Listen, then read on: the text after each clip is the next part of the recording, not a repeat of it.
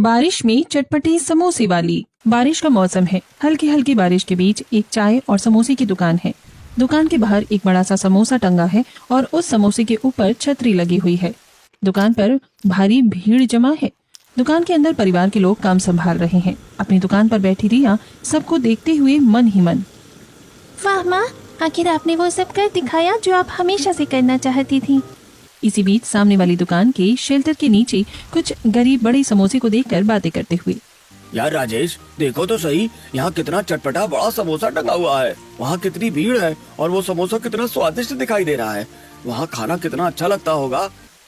अरे रवि, लगता है तू इस एरिया में नया आया है, तुझे नहीं पता ये जो समोसा वहाँ टंगा है ना, शाम को ये हमको ही खाने को मिलेगा। यार राजेश, क्या बात कर रहे हो यार, हम गरीबों को भला समोसा मुफ्त में कौन खिलाएगा। दोस्तों कौन है ये लोग और क्यों टांग रखा है इन्होंने इतना बड़ा समोसा, और क्या गरीबों को ये समोसा खाने को मिलेगा? जानने के लिए देखते हैं कहानी को थोड़ा पहले से। सुबह सुबह का समय है और शीतल चूल्हे पर खाना बना रही है। तभी हॉल में अपने माता पिता और बेटी के साथ बैठकर सतीश अपनी पत्नी शीतल से, शीतल, जल्दी जल्दी खाना बना दो, फिर काम पर भी जाना है। मुझे देर हो रही है और कहीं बारिश हो जाएगी तो रास्ता भी खराब हो जाएगा। उस पुराने पुल पर तेज बारिश की वजह से रास्ता ही बंद हो जाता है। अगर रास्ता बंद हो गया तो मुझे मजदूरी नहीं मिल पाएगी। शीतल जल्दी से खाना बनाकर सतीश को देती है। सतीश खाना खाने बैठता है। तभी उसकी माँ चिंता करते हुए, बेटा सतीश, घर में राशन बिल्कुल खत्म हो गया है, डिब्बे खाली पड़े हैं। अगर आज मजदूरी मिले तो आते समय राशन का सामान जरूर लेते आना। हाँ माँ, अभी तो काम बहुत कम मिल रहा है, लेकिन तुम फिक्र मत करो, आज जैसे ही मुझे मजदूरी मिलेगी मैं राशन का सामान खरीद कर ला दूंगा। सतीश घर से बाहर निकल जाता है। थोड़ी ही देर में तेज बारिश शुरू हो जाती है। सतीश पुल के पास पहुंचकर देखता है कि पुल के ऊपर पानी भरा हुआ है। वहां खड़े मजदूर सतीश से बात करते हुए, अरे सतीश भाई, अब उधर आगे मत जाओ, वहाँ पुल पर बहुत तेज पानी बह रहा है।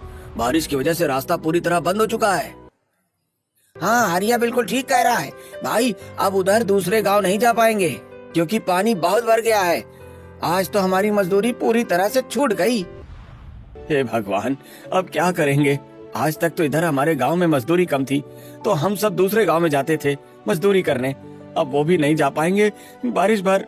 अब क्या कर सकते हैं सतीश भाई, ये तो हम गरीबों की किस्मत है। इस बारिश के मौसम में हमारा कोई सहारा नहीं बचता। चलो भाई, अब यहाँ खड़े होकर क्या इंतजार कर रहे हो। ये जो पानी है ये इतनी जल्दी खत्म होने वाला नहीं है। चलो अपने अपने घर वापस चलते हैं। सतीश बहुत उदास होकर अपने घर वापस आ जाता है।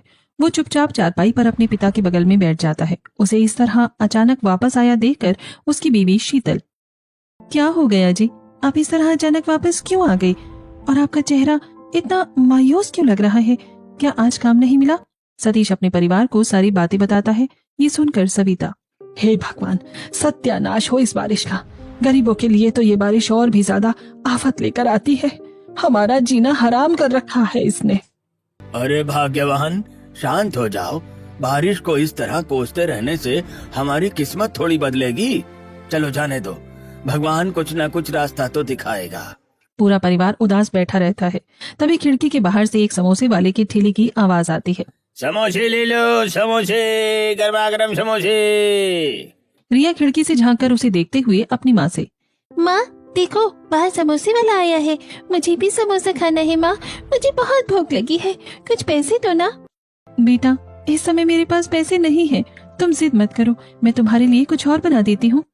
नहीं माँ, आप मुझे कुछ भी अच्छा नहीं खिलाती हो, मुझे तो समोसा ही खाना है। पापा, आप ही कुछ पैसे दे दो ना मुझे। रिया को रोता देखकर सतीश अपनी जेब टटोलता है। उसकी जेब में एक मुड़ा हुआ 10 रुपए का नोट मिलता है। वो उसे रिया को देते हुए, जा बेटी, रो मत, मेरे पास ये 10 रुपए रखे हैं, तू जा और बाहर ठेले वाले से समोसा ले आ। अपनी माँ को परेशान मत कर।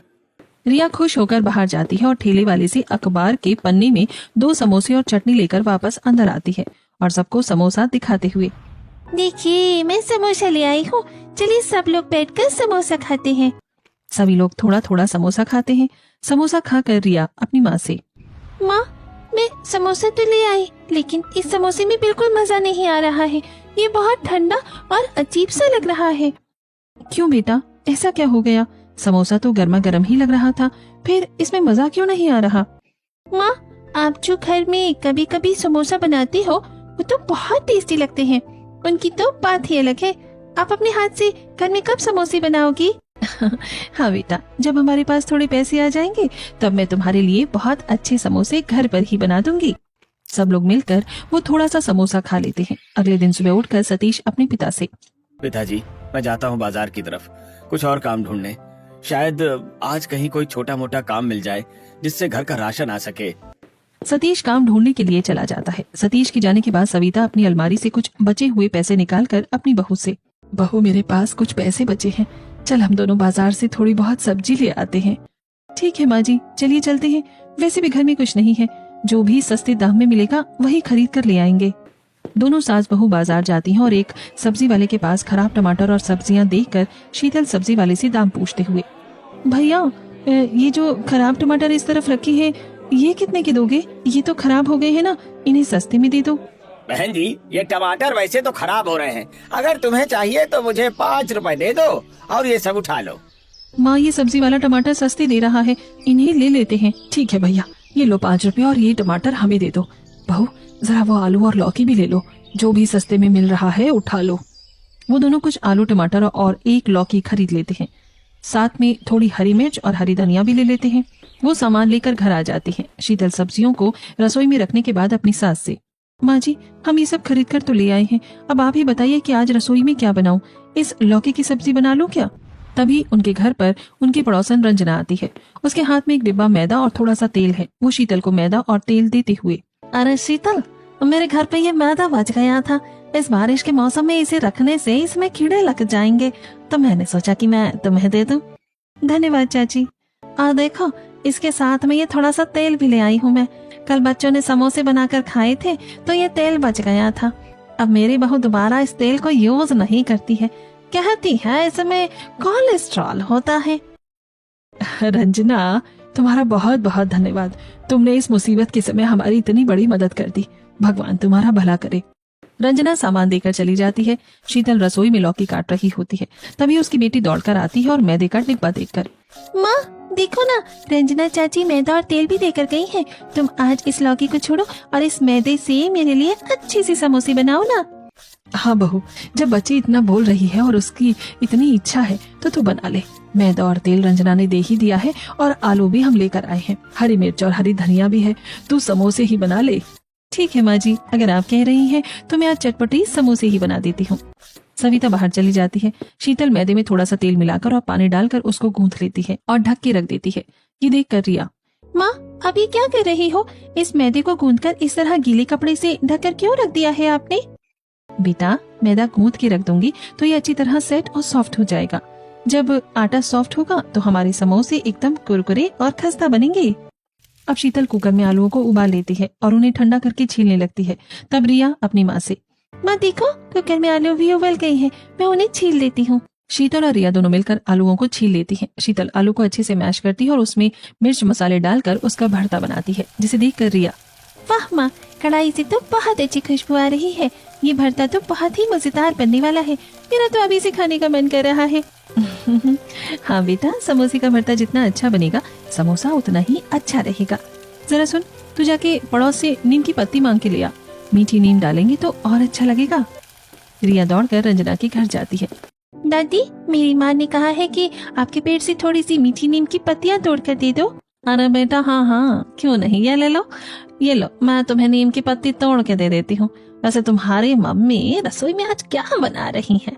दादी, मेरी मम्मी आज वही मैदा और आलू मिलाकर गर्मा गर्म समोसे बना रही है। आप भी हमारे घर चलिए ना समोसे खाने। अच्छा, समोसे बना रही है, ठीक है, मैं थोड़ी देर में आती हूँ। रिया पत्तियां लेकर घर आती है और शीतल उन्हें भरते में डाल देती है। थोड़ी देर में गर्मा गर्म चटपटे समोसे बनकर तैयार हो जाते हैं और शीतल उन्हें सबके सामने लाकर रखती है। तभी रंजना भी उनके घर आ जाती है। वहाँ शीतल, घर में घुसते ही इतनी अच्छी खुशबू आ रही है। सचमुच तुमने तो बहुत ही चटपटे समोसे तैयार किए हैं। आइए रंजना चाची, आप भी बैठ के खाइए। माँ जी, जरा चाची को प्लेट दीजिए, ये गरम गरम चटपटे समोसे अभी कड़ाही से निकाले हैं। सब लोग बैठकर समोसे खाते हैं और समोसों की तारीफ करते हैं। शीतल बेटी, ऐसा लगता है जैसे समोसे बनाते समय तुम्हारे हाथ में कोई जादू आ जाता है। इतने चटपटे समोसे तो बाजार में भी नहीं मिलते। तभी सतीश बहुत मायूस होकर घर के अंदर आता है और चुपचाप बैठते हुए, माँ, मुझे आज भी कहीं कोई काम नहीं मिला। हर जगह पानी भरा है और ठेकेदार मना कर रहे हैं। मैं बहुत थक गया हूँ। अरे बेटा, तू काम की फिक्र छोड़ और यहाँ बैठ। देख, तेरी बीवी ने कितने अच्छे समोसे बनाए हैं, तू भी खाकर देख। और रही बात काम की, तो भगवान ने चाहा तो आज नहीं तो कल काम मिल ही जाएगा। अपनी माँ की बात सुनकर सतीश शांत होते हुए समोसे खाकर, वाह, ये तो बहुत अच्छे समोसे हैं। सच में शीतल, इसे खाकर तो मेरा मन खुश हो गया। तुम्हारे हाथों के स्वाद का कोई जवाब नहीं। पूरा परिवार समोसे खाकर खुश होता है। ऐसे ही कुछ दिन और बीत जाते हैं। उनके यहाँ का राशन भी पूरी तरह खत्म हो गया है और सतीश को कहीं कोई काम भी नहीं मिल रहा है। एक दिन वो बहुत मायूस होकर घर लौटता है और, माँ, बाहर रास्ता भी बंद है, कहीं कोई मजदूरी नहीं मिल रही। समझ नहीं आता कि घर कैसे चलेगा। तभी गली में एक सब्जी बेचने वाला ठेला लेकर आता है। उसकी आवाज सुनकर सविता शीतल से, बहू बाहर देख, ठेले वाला आया है, जाके सब्जी तो खरीद ले। और हाँ, सस्ती सब्जियां ही खरीदना, महंगी मत खरीदना। शीतल बाहर जाती है और ठेले पर रखी सब्जियां देखती है कि सब्जियां काफी खराब हैं, लेकिन सब्जी वाला बहुत महंगे दाम बताता है। दाम सुनकर शीतल सब्जी वाले से, अरे भैया, इतनी खराब सब्जियां हैं और तुम इनके इतने महंगे दाम बता रहे हो, कुछ कम करो। हाँ माँ जी, बारिश में सब्जियाँ महंगी हो जाती हैं और खराब भी होती हैं। लेना है तो इसी दाम में मिलेगा। शीतल थोड़ा बहुत सब्जियां लेकर अंदर आती है और बहुत परेशान होकर अपने पति सतीश से, ये ठेले वाले भी ना जाने क्या समझते हैं, बड़ी महंगी सब्जी देते हैं। तभी शीतल कुछ सोचते हुए सतीश से, अजी एक बात बताओ, आप खुद सब्जियां क्यों नहीं बेचते हो? आप मंडी से अच्छी सब्जी लाओ और बेचो तो हमें बहुत अच्छा प्रॉफिट होगा। अरे वाह बहू, तुम्हारी ये बात तो मुझे बिल्कुल सही लगी। सतीश, सब्जी लाकर बेचना एक अच्छा काम हो सकता है। हाँ पिताजी, आप सही बोल रहे हैं, हम सब्जी लाकर बेच सकते हैं। खाली बैठने से तो ये बहुत अच्छा काम होगा। सतीश पहले तो बहुत खुश हो जाता है, लेकिन फिर अचानक से उसे अपनी खाली जेब का ख्याल आता है और वो उदास होते हुए, लेकिन हमारे पास पैसे तो नहीं है। मंडी से थोक में सब्जियां खरीदने के लिए भी तो शुरुआत में कुछ रुपयों की जरूरत होगी। कोई बात नहीं जी, आप एक काम करो, हमारे इलाके के साहूकार से मांग लो पैसे, वो ब्याज पर दे देगा। सतीश को बात समझ आती है और वो साहूकार के घर जाता है। साहूकार अमर अपने घर में बाहर बैठा है। सतीश उसके पास जाकर हाथ जोड़ते हुए, साहूकार साहब, मुझे अपना एक नया काम शुरू करने के लिए कुछ पैसे चाहिए, अगर आप थोड़ी मदद कर देते। काहे के लिए पैसे चाहिए तुमको? तुम गरीबों को भी ना नए नए काम करने की क्या पड़ती रहती है? पहले का काम संभलता नहीं है और दूसरा काम शुरू कर देते हैं। साहब, बारिश की वजह से मजदूरी मिलना बंद हो गई है, इसलिए मैं सब्जियों का काम शुरू कर रहा हूँ। मंडी से लाकर बेचूंगा और आपका सारा पैसा चुका दूंगा। ठीक है, मैं तुम्हें पैसे दे देता हूँ, लेकिन याद रखना कि सूद समेत पूरा पैसा समय पर वापस कर देना। सतीश पैसे ले आता है। फिर अगले दिन सतीश सुबह जल्दी उठकर मंडी जाता है और सब्जी खरीदता है। फिर वो एक ठेला किराए पर लेता है। बाहर झमाझम बारिश हो रही है। सतीश एक रेनकोट पहन लेता है। फिर वो ठेला लेकर गली में निकलता है और आवाज लगाते हुए, सब्जी ले लो, सब्जी एकदम ताजी गोभी और आलू ले लो बहनों। उसकी आवाज सुनकर गली की 2-4 औरतें बाहर आती हैं और सतीश को देखकर हैरान होते हुए, अरे भैया, तुम सब्जी बेचने लगे? चलो अच्छा ही हुआ, बाजार जाने की जरूरत नहीं पड़ेगी, हमें भी दे दो सब्जी। हाँ दीदी, आज से यही काम शुरू किया है। ये लीजिए, टमाटर और मिर्ची बिल्कुल ताजी है। सतीश दिन भर घूमता है, लेकिन तेज बारिश की वजह से ज्यादा लोग बाहर नहीं आते। शाम को वो घर आता है तो ठेले पर बहुत सारी सब्जियां बची हुई हैं। शीतल उसे देखकर, अजी आप आ गए? पर ये क्या, ज्यादातर सब्जियां तो ठेले पर ही रह गई हैं, आज बिकी नहीं क्या? हाँ शीतल, बारिश बहुत तेज थी, इसलिए लोग बाहर ही नहीं निकले। अब इतनी सारी सब्जियां बची रह गई हैं। कोई बात नहीं बेटा, तुम थक गए होगे, अब रख दो इसे, कल बेचना। अगले दिन सुबह सतीश उठता है तो देखता है कि पानी और उमस की वजह से सब्जियां खराब हो गई हैं। वो फिर भी उन्हें लेकर गली में जाता है। वहाँ औरतें उन खराब सब्जियों को देखकर सतीश से, अरे भैया, अरे आज तो तुम्हारी सब्जी सड़ गई है। अरे बासी सब्जी थोड़ी चाहिए हमें, या नहीं चाहिए हमको, हम तो हमेशा ताजी सब्जी लेते हैं। सतीश बहुत उदास होकर घर आता है। शाम तक उसकी बची हुई पूरी सब्जियां खराब हो जाती हैं। ऐसा 3-4 दिन तक लगातार चलता है और पूरी सब्जियां सड़ जाती हैं। सतीश पूरी सब्जी को फेंक देता है और उसे बहुत भारी घाटा लग जाता है। फिर वो खाली ठेला लेकर घर आता है तो शीतल, अजी आ गए आप? पर सब्जियां कहाँ हैं? आज पूरी बिक गई क्या? नहीं शीतल, मैंने पूरी सब्जियां फेंक दी क्योंकि वे सब सड़ गई थी। कोई नहीं ले रहा था, सब उन्हें बासी कह रहे थे। कोई मतलब नहीं है नया काम करने का। जो काम हम कर नहीं सकते वो नहीं करना चाहिए था। हमारा पूरा पैसा डूब गया। पूरा परिवार बहुत उदास हो जाता है। तब शीतल अपने पति से कहती है, आप लोग इतनी चिंता क्यों करते हैं? जो पैसे हमारी किस्मत में नहीं थे वो हमें नहीं मिले, लेकिन भगवान ने हमारी किस्मत में जो लिखा होगा वो जरूर देगा। शीतल, बहुत भूख लग रही है, कुछ खाने के लिए है तो दे दो मुझे। उस दिन का थोड़ा तेल और मैदा भी बचा है और घर में थोड़ी हरी धनिया और मिर्च भी पड़ी हुई है। ऐसा करती हूँ कि चटपटी समोसे ही बना लेती हूँ। ऐसा कहकर शीतल रसोई में जाती है और बचे हुए सामान से समोसे बनाने लगती है। थोड़ी देर बाद वो समोसे बनाकर ले आती है। सभी लोग चटपटी समोसे खाते हैं और बहुत तारीफ करते हैं। उसी समय उनका पड़ोसी चित्रांश उनके घर आता है, शीतल उसे देखकर समोसे देते हुए। आइए चित्रांश चाचा, आप भी हमारे साथ बैठिए, ये गर्मा गर्म समोसे खाइए और बताइए कि कैसे बने हैं। चित्रांश भी उनके साथ बैठकर समोसे खाते हुए। हाँ भाई, तुम समोसे बहुत अच्छी बनाती हो, सचमुच तुम्हारे समोसे की तो बात ही अलग है। लेकिन तुम लोग इतने उदास क्यों हो?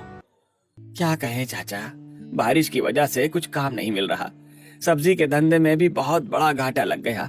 समझ में नहीं आ रहा कि घर का खर्च चलाने के लिए अब कौन सा काम करूं। अरे भाई, साहूकार के यहाँ जाकर उसकी किराने की दुकान पे काम क्यों नहीं कर लेते हो? वहाँ उसे एक आदमी की जरूरत है। हाँ, आपने सही कहा भैया। अजी, कल आप वहीं जाओ और साहूकार से उनकी दुकान पर काम मांग लो। अगले दिन सतीश साहूकार अमर के पास उसकी किराने की दुकान पर जाता है। अमर उसे देखते ही हंसते हुए, क्यों बे सतीश, क्या हुआ? बिक गई तुम्हारी सारी सब्जियां या पैसा डूब गया?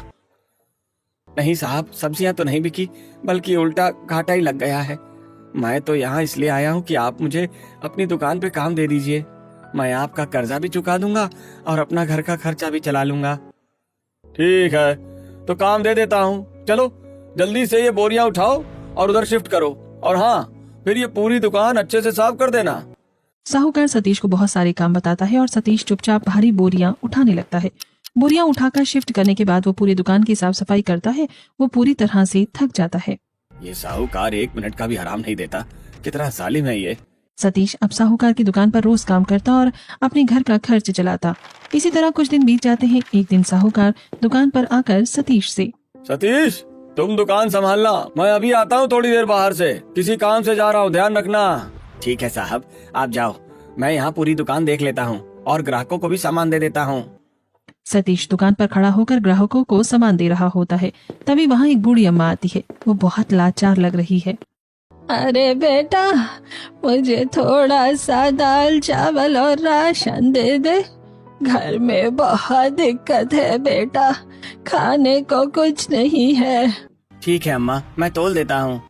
सतीश बूढ़ी अम्मा को राशन तोल कर देते हुए, ये लीजिए आपका सामान, पूरा हिसाब कुल 300 रुपए का हुआ।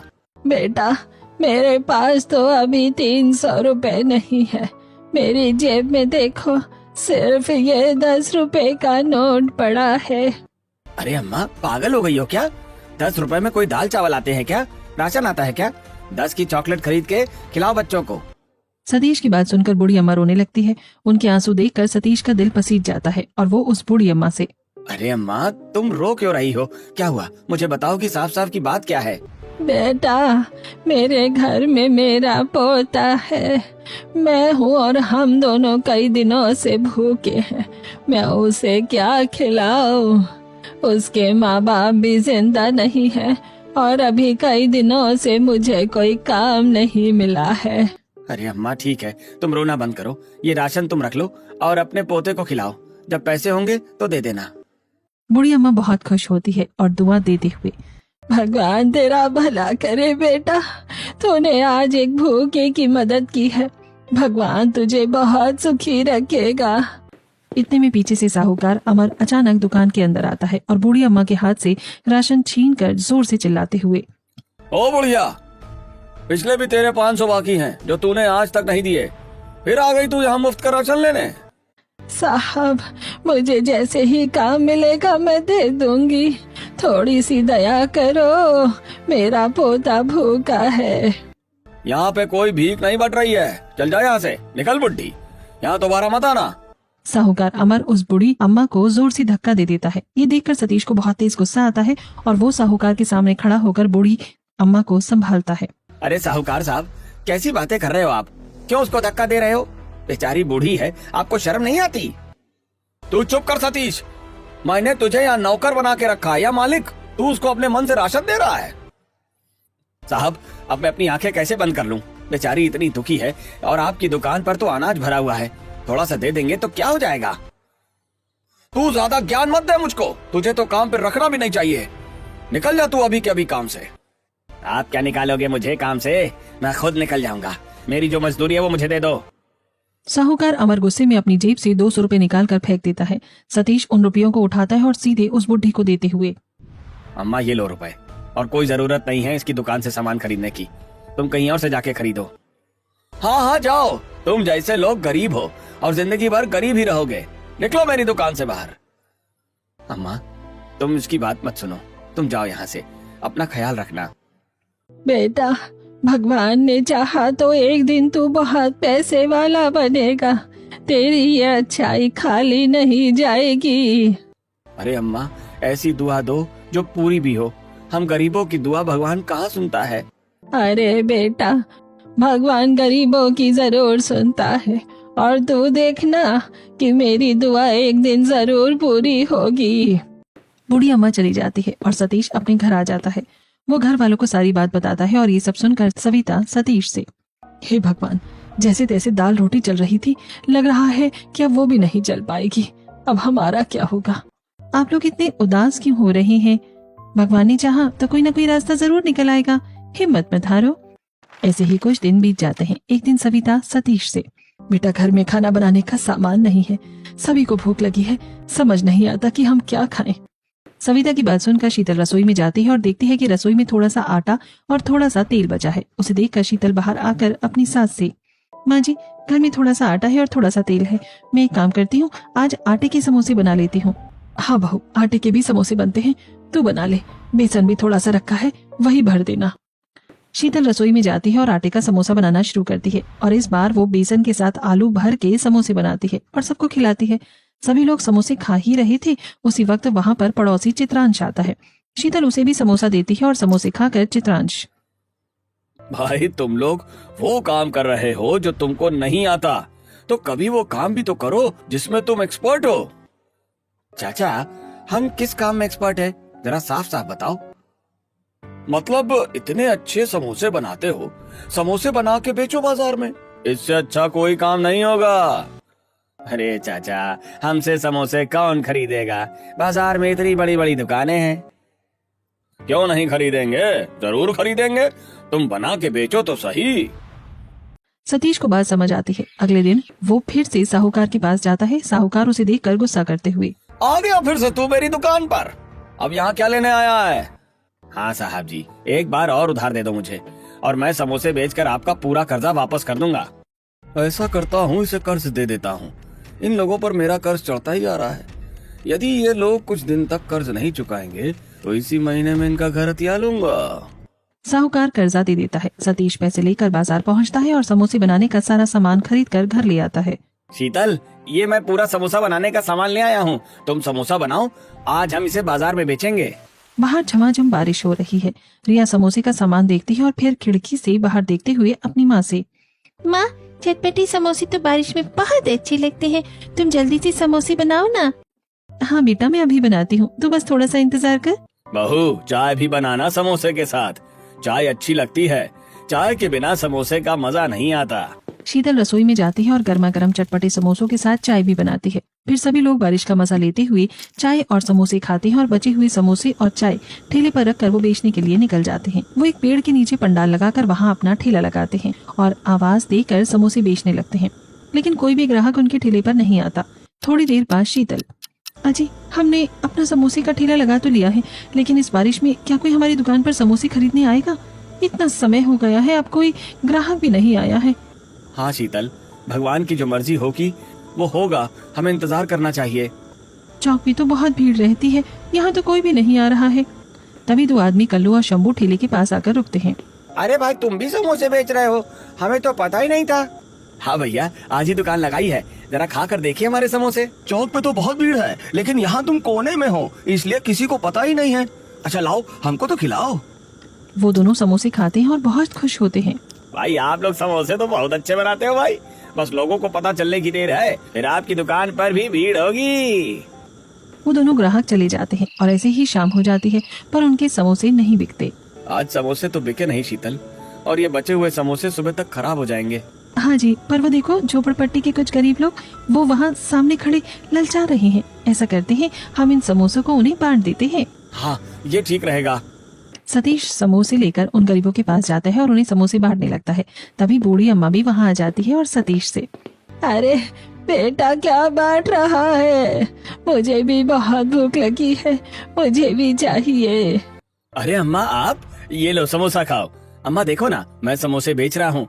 तुम्हारी दुआ तो लगी नहीं, और मैं अभी तक उतना ही गरीब हूँ। लगेगी बेटा, लगेगी। तेरी दुकान बहुत चलेगी, भगवान तेरा भला करेगा।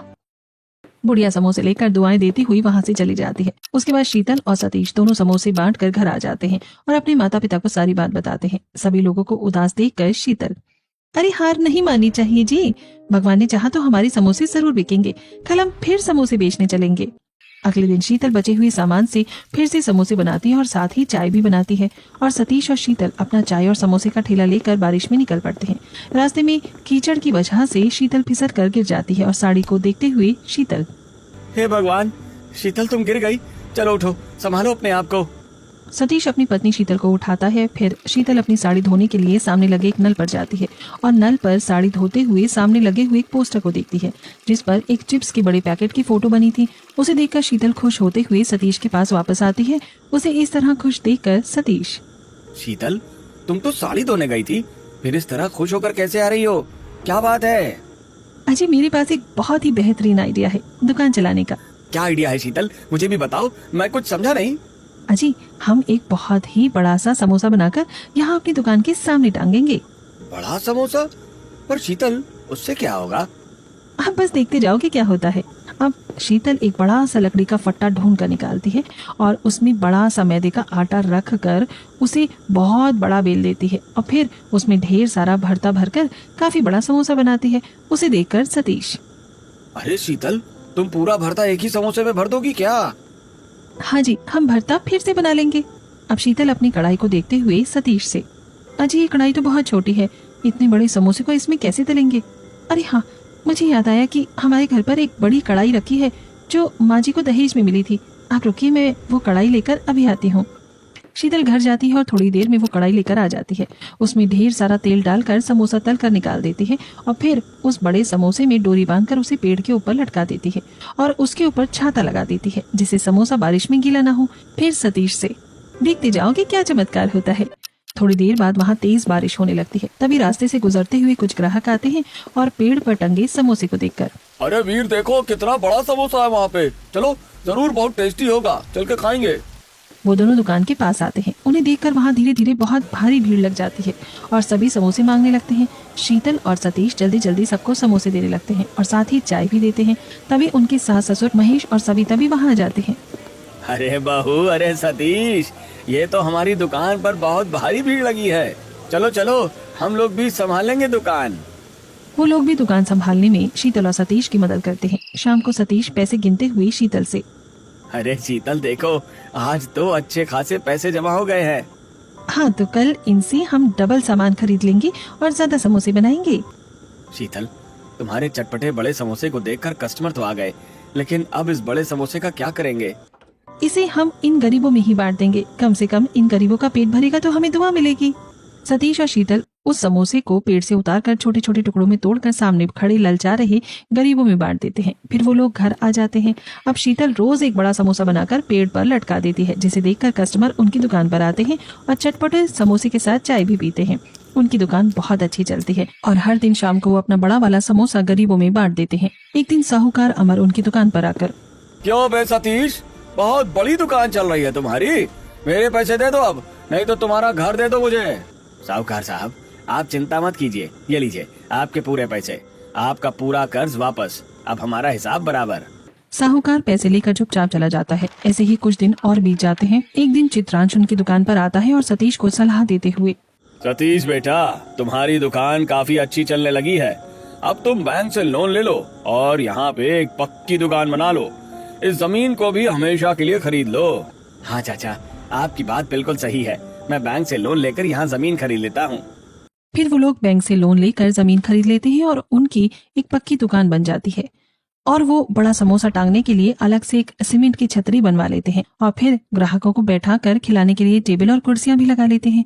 इस तरह धीरे धीरे उनकी दुकान बढ़ती है और वो अमीर बन जाते हैं। और वहाँ आज भी वो बुढ़िया रोज उनकी दुकान पर आकर समोसे खाती है और उन्हें दुआएं देती है। और आज भी वो बड़ा समोसा वहीं अपनी जगह पर टंगा हुआ उनकी कामयाबी की कहानी सुनाता है। तो दोस्तों, देखा आपने, विपरीत परिस्थितियों में हिम्मत दिखाकर उनका सामना करने से रास्ते अपने आप निकल जाते हैं। और इसी को तो कहते हैं, an idea can change your life.